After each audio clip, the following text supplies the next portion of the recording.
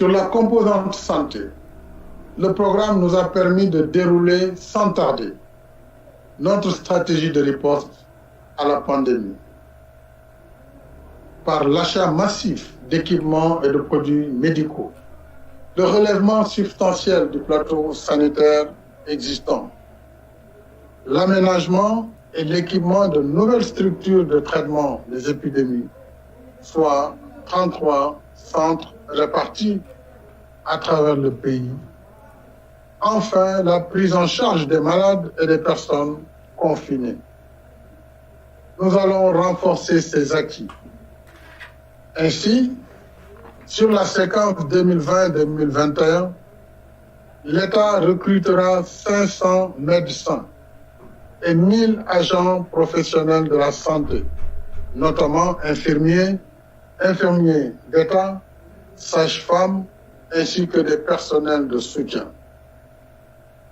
S'agissant des médecins, la priorité sera accordée aux districts éloignés et aux spécialistes. En outre, le gouvernement mettra en place sur la période 2020-2024 une ambitieuse stratégie de modernisation du secteur de la santé et de l'action sociale à travers le plan d'investissement pour un système de santé et d'action sociale résilient et pérenne, dont une composante dédiée à la télésanté. Ce plan sera adopté prochainement lors d'un conseil présidentiel. S'agissant du soutien aux ménages, en plus de la prise en charge par l'État des factures d'électricité des abonnés de la tranche sociale pour un bimestre, la distribution des denrées de première nécessité est engagée depuis le 11 avril. Cette opération d'envergure, jamais réalisée, a nécessité la mobilisation de plus de 4000 camions pour acheminer l'aide à 1 100 000 ménages sur l'ensemble du territoire national, soit environ plus de la moitié de la population.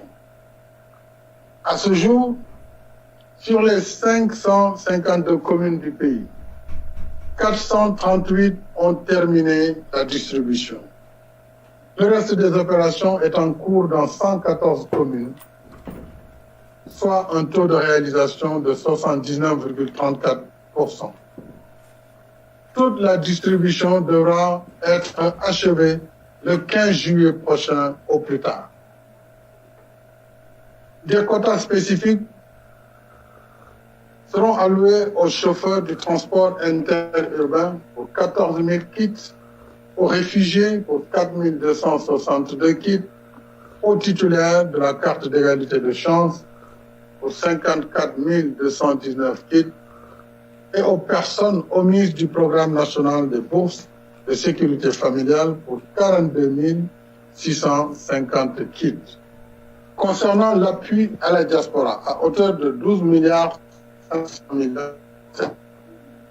la plateforme a été enregistré plus de 200 000 inscriptions provenant de 142 pays.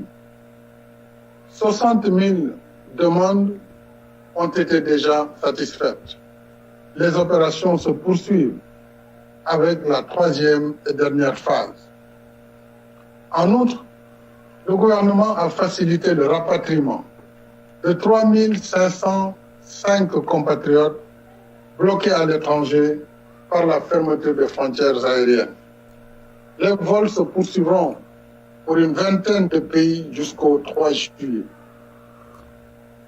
Pour le compte du secteur privé, le programme de résilience économique et sociale a permis le paiement de créances du secteur privé sur l'État en montant de 122 milliards de francs CFA, des reports d'échéance au niveau des banques pour un montant de 135 milliards et l'opérationnalisation du mécanisme de financement dont les entreprises bénéficiaires ont pu ainsi obtenir des crédits de trésorerie à des taux préférentiels pour un montant d'environ 10 milliards de francs CFA. Ce mécanisme aide à couvrir des charges incompressibles